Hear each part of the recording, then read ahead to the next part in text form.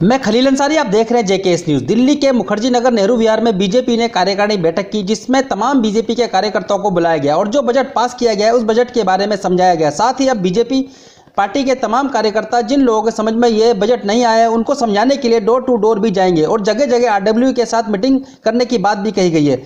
इस मीटिंग में राहुल त्रिवेदी, बीजेपी प्रवक्ता व निगम पार्षद पूजा मदान ने बताया है कि वित्त मंत्री निर्मला सीतारमण ने 2021-22 का केंद्रीय बजट पेश कर दिया है। पहली बार पूरी तरह से पेपरलेस बजट वित्त मंत्री निर्मला सीतारमण ने इंफ्रा, रियल एस्टेट और सबसे ज़्यादा हेल्थ केयर सेक्टर में निवेश का ऐलान किया है। केंद्रीय बजट 2020-21 के प्रस्तावों के मुताबिक इंश्योरेंस, बिजली, सोना, चांदी, स्टील उत्पादों और पेंट जैसी चीज़ें सस्ती हो गई हैं। इनके अलावा जूता, लाइलॉन के सामान, पॉलिस्टर कपड़े, सोलर, लालटेन और चमड़े के उत्पाद सस्ते हो गए। दूसरी ओर जो लोग मोबाइल या चार्जर खरीदने की योजना बना रहे हैं उन्हें ज़्यादा धनराशि खर्च करने की ज़रूरत पड़ेगी। बजट प्रस्तावों के मुताबिक मोबाइल के साथ साथ मोबाइल चार्जर भी महंगे हो गए हैं। हाँ जी, आज हमारे मुखर्जी मंडल में कार्यकारिणी बैठक थी, विशेष कार्यकारिणी बैठक। वैसे तो हमारी कार्यकारिणी बैठक 2 दिन की होती है, हमारा स्पेशली बजट पर बुलाई गई थी। इसमें हमने लोगों को खुल के समझाया और देखिए हमारी जनता इतनी जागरूक है जो मोदी जी के और हमारे सारे भाषण सुन भी रही है और इस बजट को जानती भी है। और आज हमने प्रॉपरली खोल के अपनी नॉर्मल लैंग्वेज में सुनाया, क्योंकि जो हमारे पास जो पेपर्स आते हैं उसमें एक सरकारी भाषा होती है जिसे समझना थोड़ा सा टफ होता है। तो एक नॉर्मल बात में आपसी चर्चा हुई, जिसमें क्या होता है कि हम अगर मन में कुछ क्वेश्चन भी होंगे तो वो पूछ लेंगे। तो मेरी उम्मीद है कि हमारी पूरी जनता को समझ आएगा और यही जनता जो ये हमारा परिवार है, यही है जब ग्रुपों में बैठेगा, बाहर पान की दुकान पे बैठता है, जब चौराहे पे बैठता है तो बात करता है, घर में बैठता है तो बात करता है, तो बात सब तक पहुँचती है। जैसे कि भारतीय जनता पार्टी द्वारा इतना अच्छा बजट आया, आपने भी अपने एरिया के लिए बात कही। हाँ जी, नेहरू विहार के लोगों के लिए भी एक अच्छा उपहार लेके आने वाली है। हाँ जी, इसके बारे में क्या कहना है आपका? देखिए हमारे पास, हमारे नेहरू विहार की जनता का सिर्फ एक ही सपना है, सड़क। देखिए आप सबको पता है कि हमारे पास निगम के पास पैसा नहीं है, सिर्फ 25 लाख रुपए जो है, और पिछले 1-1.5 साल से वो भी हमारे को नहीं मिला।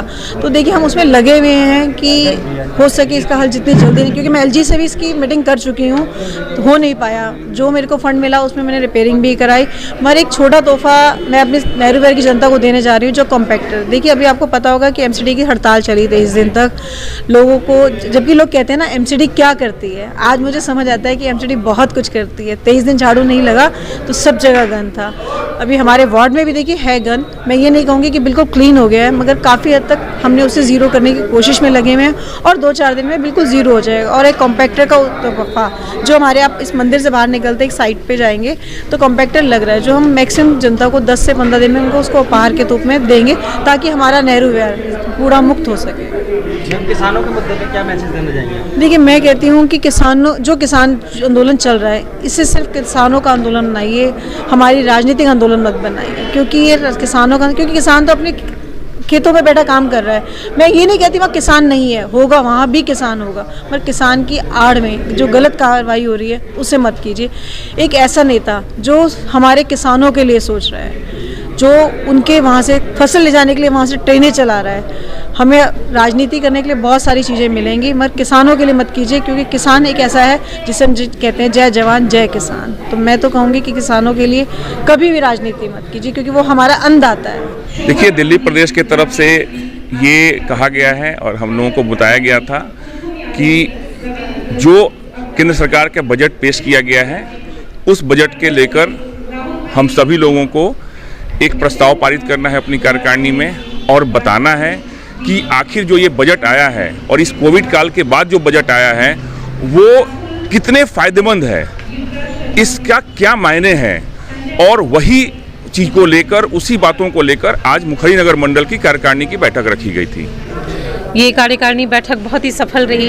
इसमें हमारे सभी समिति अध्यक्ष, खंड प्रमुख और हमारे सभी प्रमुख कार्यकर्ता मौजूद रहे पूरे समय से, और मुख्य तौर पर हमने इसमें जो हमारी बजट अभी पारित हुआ है उसकी चर्चा की है कि कैसे इसमें प्रधानमंत्री श्री नरेंद्र मोदी जी की दूरगामी जो दृष्टि है और जो उनके सोच समझ है, जो उनकी सर्वस्पर्शी नीति है, उसके तहत ये बजट हम सब के लिए कितना फ्रूटफुल है। तो जैसे कि आज मीटिंग में कौन कौन उपस्थित रहे?